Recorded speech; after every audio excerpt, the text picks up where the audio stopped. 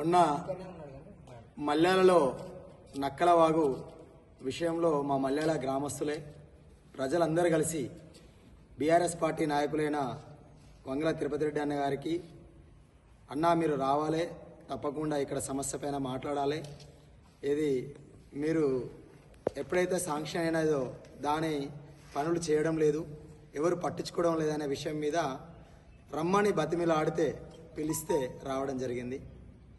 ఆ విషయం మీద అన్నగారు కూడా తప్పకుండా ఇది గతంలో ఉన్న శాంక్షన్ కాబట్టి పని చేయాలి, ఎక్కడి నుంచో పనులు మొదలుపెట్టడం కాదనేది మాట్లాడడం జరిగింది. ఎవరిని కూడా ఎక్కడ కూడా తప్పు పట్టిన సందర్భం లేదు. అయినప్పటికీ ఇవాళ కాంగ్రెస్ పార్టీ నాయకులు పర్సనల్ విమర్శలకు పోయి మాట్లాడడం జరుగుతుంది. సతీష్ అన్న, నువ్వు కాళవశ్రీరాంపూర్ మండల్ హెడ్ క్వార్టర్లో సర్పంచ్గా గెలిచినా అని చెప్తాను.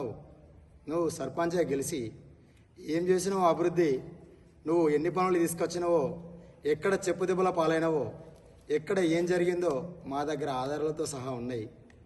ఎందుకే అంతగానం సతీష్ అన్న? ఇవాళ మా నాయకుడిని విమర్శించే స్థాయి అనేది, విమర్శించే అటువంటి స్థాయికి నువ్వు ఎదిగినావా? ఎవరి నాలుకలకు వస్తాయి? ఇలా దళితులమైన మేము మా ఓడు మండల హెడ్ క్వార్టర్లో నాయకుడు ఏంటంటే గర్వపడ్డాం. కానీ ఇలా దళితుల అవమానపడే విధంగా అప్పుడు మన ఎంబడి ఉన్నటువంటి వాళ్ళు కూడా మీరు వేసినటువంటి అవమానపడేటువంటి సంఘటనలు చేసినటువంటి విషయంలో ఎంబడి తిరగడానికి కూడా సిగ్గుపడతారు. దళితుల ఇజ్జతి మానం తీస్తాను కానీ అట్టుగా ఎందుకే? పర్సనల్ విషయాలకు ఓకే, నువ్వు ఏదైతే అభివృద్ధి గురించి మాట్లాడినవో, నీ కాళవశ్రీరాంపూర్ మండలంలోనే అంబేద్కర్ బొమ్మ దగ్గర ఇదే సాంబశివరావు ఇక్కడ కాళవశ్రీరాంపూర్ మండల హెడ్ క్వార్టర్లో అవినీతి జరిగిందని చెప్పి పెట్టుకొని నిరాహార దీక్షకు కూర్చున్నప్పుడు నువ్వు 70,000 రూపాయల గ్రామ పంచాయతీకి తిరిగి కట్టిన చరిత్ర కాదానే? అభివృద్ధి గురించి నువ్వు మాట్లాడుతాను. ఎన్ని పైసలు తిన్నావో తెలియదానే? ఎక్కడెక్కడ చిన్నిళ్ళు పెద్దిళ్ళు మెయింటైన్ చేస్తానో తెలియదానే? మాకు ఏడ నీ కారు ఆగుతుందో మా తెలియదా? ఏడ కూర్చుంటానో మా తెలియదా? ఎందుకన్నా పర్సనల్ విషయాలకు పోతావు? ఇప్పటికైనా మంచిగా బుద్ధి కలిగి పర్సనల్ విషయాలు మాట్లాడకుండా మండల అభివృద్ధి గురించి, గ్రామాల అభివృద్ధి గురించి మాత్రమే మాట్లాడాలి. ఇంకోటి చెప్తున్నా, మా మండల నాయకుడిని ఒకటే మాట అన్నారు. మీరు ఏమన్నారు? నీ అడ్రస్ ఎక్కడ, నువ్వెక్కడ ఉంటానో, నువ్వేడ ఉంటానో అనే దాని మీద మాట్లాడారు. మా నాయకుని అడ్రస్ మాట్లాడే చరిత్ర అన్న మీది. మండలంలో జడ్పీటీసీగా, ఎంపీపీగా గెలిచిన తర్వాత మా నాయకులు మండల ప్రాంత ప్రజలకు అందుబాటులో ఉండే విధంగా మండల హెడ్ క్వార్టర్లో రూమ్ తీసుకొని వండుకుంటా ప్రజలకు ప్రతి సమస్యకు స్పందిస్తూ అందరికి అందుబాటులో ఉండి ప్రజా సమస్యలు వింటూ వాళ్ళ కోరికలన్నీ నెరవేరుస్తున్నటువంటి మా నాయకుల్ని తప్పుపట్టే చరిత్ర అనేది. మీ నాయకులు ఎంపీపీగా గెలిచిన గోపవని సారేగౌడ్ కానీ, జడ్పీటీసీగా గెలిచిన లంక సదయ్య గారు కానీ గెలిచిన తర్వాత ఏ పెద్దపిల్ల పోయి ఉన్నారే, ఏ కరీంనగర్లో పోయి ఉన్నారే? ఇవాళ మీరు మాట్లాడేంత చరిత్ర మీకు లేదే. ఇప్పుడే చెప్తున్నా, జడ్పీటీసీగా గెలిచిన లంక సారణ గారు మా మామ. ఒకటే అంటున్నా, ఇవాళ బీఆర్ఎస్ పార్టీ మాత్రమే మనకు అవకాశం ఇచ్చింది.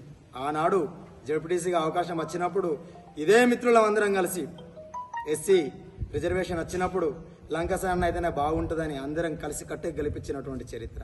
ఎందుకే పర్సనల్ విషయాలకు పోతారు మీరంతా? మనం ఏం అభివృద్ధి చేసినామో తెలియదా?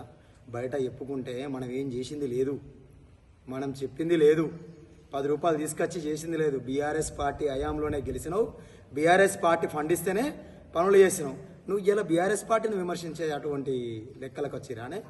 ఇప్పటికైనా మీ వెంటున్నలకు చెప్పండి, బుద్ధి కలిగి ఉండుమని, బుద్ధి కలిగిన మాటలు మాట్లాడమని. పర్సనల్ విషయాలు కానీ, పార్టీని కానీ, వ్యక్తులను కానీ మా నాయకుడిని విమర్శించే విధంగా మాట్లాడితే ఊరుకునేది లేదు. అంతేకాదు, ఇవాళ మంత్రిలో ఎక్కడైతే 100 ఎకరాలు కబ్జాలకు, భూదన్నాలకు దిగి వాళ్లకు బినామీలుగా ఉంటూ ఎన్ని కోట్లు తీసుకున్నారో మా తెలియదా అని? ఎక్కడెక్కడ దెబ్బలు పడ్డరో మా తెలియదా? ఇవన్నీ చరిత్రలు మాట్లాడితే మా దగ్గర ఆధారాలతో ఉన్నాయి, వీడియోలతో సహా ఉన్నాయి. మేము మాట్లాడడం మొదలు పెడితే మీరు అక్కడికి రారు. మంచిగా చెప్తున్నాం. ఇప్పటికైనా మీ ప్రజల పక్షాన నిలబడుర్రి. మీరు ఇవాళ అధికార పార్టీగా నిలబడి మేము అడుగడుగున ఎక్కడ సమస్య ఉన్నా ఇవాళ బీఆర్ఎస్ పార్టీ పక్షాన నాయకులుగా మా నాయకులు మేము అందరం వచ్చి ప్రశ్నిస్తాం అడుగడుగున.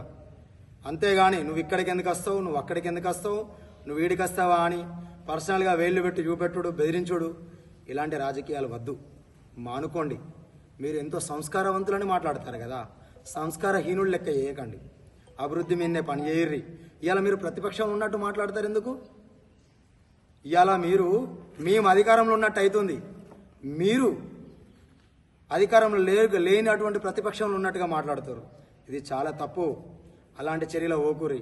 ఇంకా మీరు ప్రతిపక్షంలో లేరు, అధికారంలో ఉన్నారు, మర్చిపోయారేమో. సతీష్ అన్నానికి మళ్ళీ చెప్తున్నా, వీధిలో పొంట అక్కడక్కడ తిరుగుతా అంటే కుక్కలు గరిచినట్టున్నాయి. ఒకసారి హాస్పిటల్ తీసుకోపోమని చెప్పు, మీ పార్టీ నాయకులందరినీ తీసుకుపోయి చూపించుకో. మా నాయకుల్ని ఎవరిని కూడా పర్సనల్ విషయాలను విమర్శించేటువంటి స్థాయి మీకు లేదు అని నేను మళ్ళొకసారి చెప్తున్నా. ఖబర్దార్, పర్సనల్ విషయాలకు పోతే మాత్రం ఊరుకునేది లేదు. మళ్ళీ మళ్ళీ గుర్తు చేస్తున్నా, ఇంతటితోనే ఇది ఆగిపోవాలి. ఎందుకు ఆగిపోవాలని అంటున్నామో అర్థం చేసుకోండి. ప్రజలందరూ వీక్షిస్తారు. ఇవాళ మీరు ఎంత బెదిరింపులకు, ఎంత నాణ యాతలకు, ఇవాళ యూరియా బస్తాలు లేక రైతులందరూ బాధపడుతారు. ఇవాళ ఏఎన్సీ చైర్మన్ అయినా నువ్వు మందు బస్తాల గురించి మాట్లాడతలేవు, మందు బస్తాలు తెప్పిస్తలేవు, రైతులకు ఇస్తలేవు. దీని మీద మాట్లాడక పర్సనల్ మీటింగులు పెట్టుడు, ఇవాళ ఏదో మాట్లాడు. ఇదా నువ్వు చేసేది? ఏఎంసీ చైర్మన్గా నువ్వు చేయాల్సింది ఒక్కటే, నువ్వు మండల ప్రాంత ప్రజలకు వెంటనే మందు బస్తాలు తెప్పియాలి, ప్రజలకు అందుబాటులో ఉండాలి, వాళ్ళకు లోన్లు కావాలంటే ఇవ్వాలి. ఇది నీ కర్తవ్యం. అంతేగాని ఇవాళ ప్రజల సంక్షేమం కోసం నిన్ను ఎన్నుకోబడ్డటువంటి నామినేటెడ్ పోస్ట్ని మేము కట్టే పన్నుల ద్వారా నువ్వు జీతం తీసుకుంటాను. ఆ జీతం డబ్బులతోనే ఇవాళ నువ్వు అధికారంలో ఉన్నావు. దానికోసం మాత్రమే మాట్లాడు, అధికారం కోసమే మాట్లాడు. అంతేగాని పర్సనల్ విషయాలు మాట్లాడితే, వ్యక్తిగతంగా మాట్లాడితే ఊరుకునేది లేదు. మేము చేసిన అభివృద్ధి ఏందో మేము తీసుకొస్తాం, మీ అవినీతి ఏందో కూడా పట్టుకొస్తాం. మీరే డేట్ డిక్లేర్ చేయమని చెప్పినాం, ఇప్పటి వరకు కూడా మీరు డేట్ డిక్లేర్ చేయలేదు. మేమే తీసుకొస్తాం. డాక్టర్ బిఆర్ అంబేద్కర్ చౌరస్తా కాడికి, శ్రీరాంపూర్కు మీరు రండి. మేము పర్సనల్గా అన్నీ పెడితే మీరు ఎక్కడుంటారో గుర్తుంచుకోరు. ఇప్పటికైనా తగ్గి మాట్లాడు, అన్నీ తగ్గేరి, మంచిగా మాట్లాడరు, సంస్కారవంతంగా మాట్లాడరు.